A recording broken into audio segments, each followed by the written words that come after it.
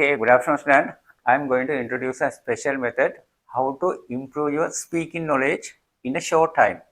Let's see. දැන් බලමු අපි ඉංග්‍රීසි කතා කරන්න දැන් ඔයගොල්ලෝ ගොඩාක් ක්ලාසස් වලට ගිහිල්ලා ඇති ගොඩක් දේවල් අධ්‍යයනය කරලා ඇති මේ method එක this is a scientific method. You don't need to cram, don't need to use lot of tutorials. You can use this method and you can improve your speaking knowledge in a short time. You can speak in English like me. Okay, මේ වගේ කතා කරන්න පුළුවන්. Okay, right. හොඳයි. අපි මේක start කරමු මේ විදිහට. දැන් මම කියන්නම් මේ වගේ English sentence එකක් අපි කරනකොට SVOB කියලා system එකක් තියෙනවා. මේ system එකේදී අපි කරන්න ඕනේ short form එකෙන් අපිට පුළුවන් අපිට අවශ්‍ය දේ English වලින් කියන්න. දැන් උදාහරණයකට ඒක ගේන්න. අපිට කියන්න පුළුවන් bring it. ඒකට අපි subject එකක් දැම්මොත් ඔයා ඒක ගේන්න. You bring it.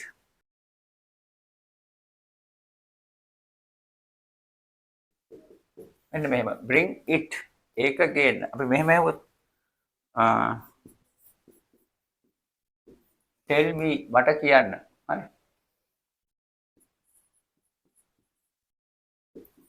take it ඒක ගන්න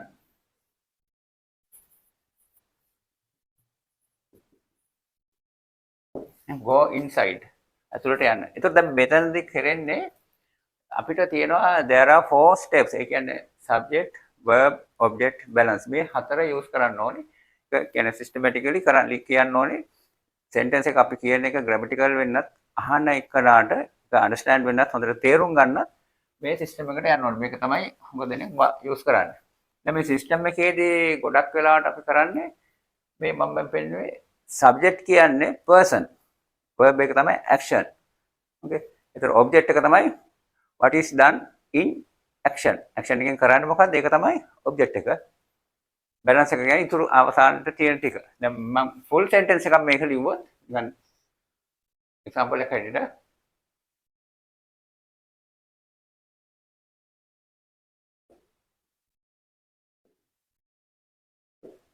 I go to school daily මම හැමදාම ඉස්කෝලේ යනවා හරි ඒ සිස්ටම් එකට තමයි නමුත් මේක දැක්කම ඔයගොල්ලෝ හිතන මේ grammar නේ මේ උගන්වන්නේ මේ grammar අපිව ඔච්චර දන්නවද මම හැමෝම grammar දන්නවා මේ මොකද්ද මේ grammar පැත්ත හැමදාම කියන්නේ කියලා නෑ grammar තමයි මෙතනදී අපි කරන්නේ grammar එකේ කොටස් දෙකක් හැදෙනවා ඒ කියන්නේ short form එකෙන් කියනවා ඒකට subject ඉතුරු ටික add කරලා කියනවා දැන් උදාහරණයකට bring it ඒක ගේන්න දැන් මෙතන subject දාන්න පුළුවන් මෙහෙම නේද you bring it ඔයා ඒක ගේන්න පැහැදිලිනේ tell me හරි මට කියන්න you tell me ඔයා මට කියන්නකෝ take it ඒක ගන්න හරි ඔයා ඒක ගන්න you take it හරි go inside ඇතුළට you go inside ඔයා ඇතුළට යන්න මේ short form එකෙන් කියන ඕනම sentence එකක් අපි speaking English වලදී විශේෂයෙන් ඒක අහන කෙනාට අපි ලේසියට ටක් ගාලා කියලා දාන්න පුළුවන් නමුත් අපිට පුළුවන් වෙන්න ඕනේ කාත් එක්ක හරි ඒ කියන්නේ converse කරන්න English වලින් අපි කිව්වොත් මෙහෙම then if you can speak in English with someone within a 3 minute අඩු ගන්න මිනිත්තු 3ක්වත් ඔයාලට කතා කරන්න පුළුවන් නම් එයාත් එක්ක ඉංග්‍රීසි වලින් ඔයා සාමාන්‍ය මට්ටමක බොහොම හොඳට ඉන්නවා ඕනම කෙනෙක් විතර ඔයාලට කියන්න පුළුවන් ඔයා මට ඉංග්‍රීසි කතා කිරීමේ හැකියාව තියෙනවා කියලා I have fair knowledge in English කියලා කියන්න පුළුවන් ඊටත් එහා තමයි ඔයා ඉන්නේ එතනදී මෙන්න මේ මූල කටපාඩම් කිරීමක් නැහැ කියලා මම මුලින්ම කිව්වේ no cram no use a lot of tutorials කියලා කිව්වේ. ඒ කියන්නේ ගොඩාක් පොත්පත්ද ඊළඟට ටියුට්ස්ද යම පාවිච්චි කර ඉන්න ඕනේ නැහැ. සහ කටපාඩම් කර ඉන්න ඕනේ නැහැ. මේ සිස්ටම් එකට අනුගත වෙන්න අනුගත වුණාම අපි දන්නේම නැතුව අදාළ verbs ටික තියෙනවා, subject එක දෙනවා, මේ විදිහට පැහැදිලි කරනවා. ඔයගොල්ලෝ කියාගෙන යනවා. පැහැදිලිනේ?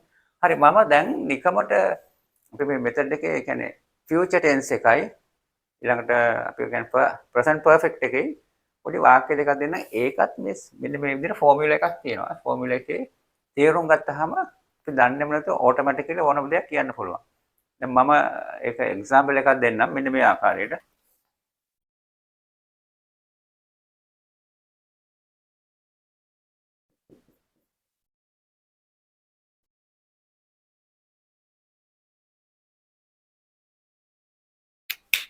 හොඳයි ඔයගොල්ලන්ට දැන් මේක පැහැදිලිව පේනවනේ.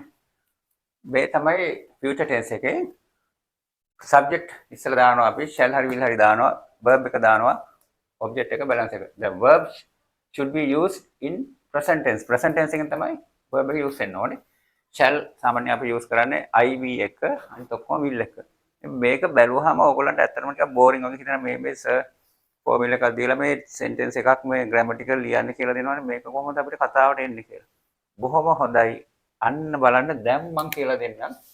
මෙතනින් මේක සිංහලෙන් කියවෙන්නේ මොකද්ද? මේක කියන අවස්ථා තුන එකක් අයියාන කියවෙනවා. නැත්තම් කරමු කියනවා. එහෙම නැත්තම් කරන්නම්. හරිද? කරමු කරන්නම්. ඉතින් මේක අපි කතා බහේදී කියන්නේ ස්පීකින් ඉංග්‍රීසි වලදී යූස් කරනකොට හිතෙන් අපි මුලින්ම කරන්නේ ඔයගලන්ට ස්පෙෂලි මේක මට කියන්න ඕනේ. ඉස්සෙල්ලාම අපි කරන්නේ සෙන්ටෙන්ස් එකක් ඉංග්‍රීසියට පරිවර්තනය කරනවා. ඒකට ඉඩ දෙන්න. ඒක කරන්න එපා කවුරු හරි කියනවා නම් ඉංග්‍රීසි වලින් අපි ට්‍රාන්ස්ලේට් කර ඉන්න ඕනේ නැහැ. ඔක කතා කරන්නේ මොකද්ද මේ වැඩේ කියලා නෑ. දෙන්න ඒක කරන්න. ඉස්සෙල්ලා ට්‍රාන්ස්ලේෂන් එක එයාට හිතලා කරන්න දෙමු. මොකද්ද? මෙහෙම කිව්වොත් ඔන්න හිතන්නකෝ. දැන් කවුරු හරි කියන කාර්ද පුළුවන් මට මේක අරන් ගෙනත් දෙන්න මගේ ෆෝන් එක. ඒතර ඔයා කියන හරි මම ගේන්නම්. මෙතෙන් ගේන්නම් කරන්නම්. ඕකේ. I will bring it. නැත්නම් I will bring මෙහෙම. මෙතෙන් ගේන්නම්. එතකොට කවුරු හරි හෙට අනිද්ද වෙන්න දෙයක් කියනවා. මං හිතන්නේ එයා හෙට එයි. එතකොට he will come tomorrow. හරි.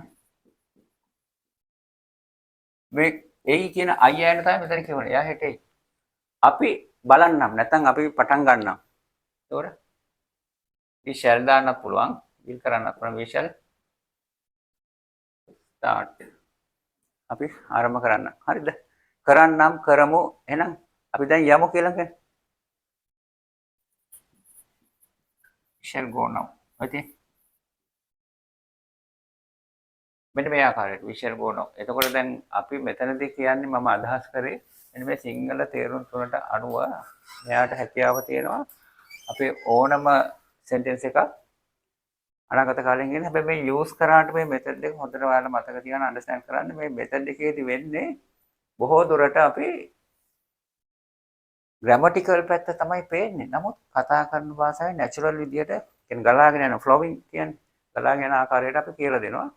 මම ඒක ගේන්නම් මං අහන්නම් ඔන්න විතර I will ask අම්මා ඔයාට බණි මද will scold you බණි අයියා හරි එයා මාත් එක්ක තරහ වෙයි he will fall out with me පැහැදිලිද මේ අනාගත කාලේ වුණා මේ සිස්ටම් එකට ඉගෙන ගත්තාම ඔයගලන්ට බැලරුම් ගතියක් කියන්නේ හිරවීමක් මොකුත් නැහැ නිකම්ම අර මම මුලින් කිව්වා වගේ ට්‍රාන්ස්ලේෂන් එකක් තමයි මුලින් කරන්නේ දෙවනුව අපිට පුළුවන් කවුරු හරි කියන දෙයක් හිතලා දැන් what about you think fashion කියලා අහුවා fashion ගැන මොකද හිතන්නේ ඒකට එයාට හිතලා උත්තර දෙන්න පුළුවන් fashion is very important to us I like fashion මේ ආකාරයට වාක්‍ය 3-4ක් කියලා එන්න පුළුවන් අර ට්‍රාන්ස්ලේෂන් එකෙන් පොඩ්ඩක් ඉස්සරහට ගිහිල්ලා third method එක තමයි කාත් එක්ක හරි ඔයාට පුළුවන් ඉංග්‍රීසි වලින් පොඩි කන්වර්සේෂන් එකක් කරන්න මිනිත්තු 3ක් විතර දෙන්න මොන හරි රටේ තත්ත්වයක් හරි ඒගොල්ලන්ගේ ඔෆිස් එකේ දෙයක් හරි එයාගේ මොකක් හරි අයිඩියා එකක් තියෙනවා මොන හරි බිස්නස් එකක් ස්ටාර්ට් කරන්න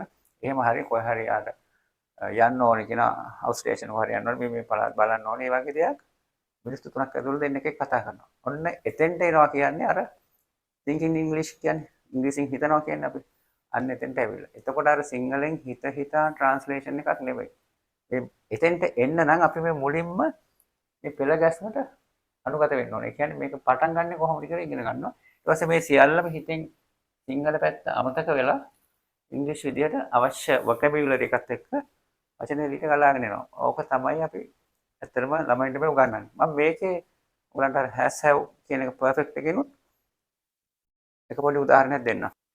හොඳයි. දැන් මේකේ කියවෙන්නේ අතීත කාලේ සිදුවීම ටික බොහෝ අතීත කාලයක් අපි කියනවා ඉස්කෝලේ යන කාලේ අපි ඉගෙන ගත්ත present perfect කියන ළමයි subject එක දාන්න has හරි have හරි දාන්න verb එක past participle වලින් use කරන්න කියලා. හරි. එතකොට ඒක શબ્ද වෙන ආකාරයක් අපිට එච්චර මතක නැහැ පාසල යන කාලේ වුණත් ඒක මතක නැහැ. නමුත් මේකේ ලේසිම ක්‍රමය තමයි ලා තියනවා කියලා කියවෙන්න ඕනේ. කියන්නේ උදාහරණයක් මම ඔයාලට කියලා තියෙනවානේ I have told you. ඉතින්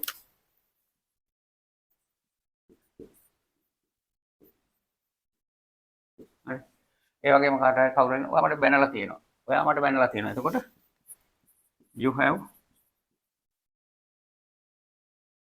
scolded me. Okay. තව එකක් කියනවා මම ඒක යවලා තියෙන්නේ. එතකොට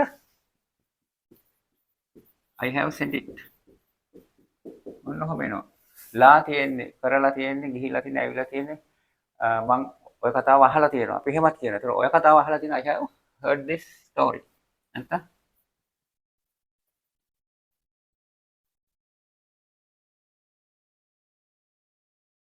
ඔව් මම ඒක අහලා තියෙනවා. ඒ අතර දැන් මෙතන ලා තියෙනවා කියන එක ඔළුවට ගත්තාම අපිට ඉස්සෙල්ලාම වෙන්නේ සිංහලෙන් අවශ්‍ය දේ එකපාරටම හිතලා ඉංග්‍රීසි වලට ට්‍රාන්ස්ලේට් වෙනවා. ඒක තමයි මම අර මුලින් කිව්වා වගේ ෆස්ට් ස්ටෙප් එක. හැබැයි ඉතින් අපේ ආයතනේ මේ ක්ලාසස් ඔයගලන්ට තියෙන්නේ නුගේගොඩ කියානෝ ඉන්ස්ටිටියුට් එකේ. ඒකෙදි අපි මේක කියලා දීලා සිංහලෙන් හිතලා ඉංග්‍රීසියට ට්‍රාන්ස්ලේට් කරන්න කියන එක නෙමෙයි කරන්නේ. නමුත් ඒක තමයි ළමින්ගේ ඕටෝමැටිකලි මුලින්ම සිද්ධ වෙන්නේ. ඒක අපිට ඇත්තටම වෙනස් කරන්න බෑ. වෙනස් කරන්න බෑ කියන්නේ ඒක මේ ළමයාගේ එළියට අරගෙන හැමෝම හොඳට ඉංග්‍රීසි දැනගෙන නම් ක්ලාසස් එන්න අවශ්‍ය නැහැනේ.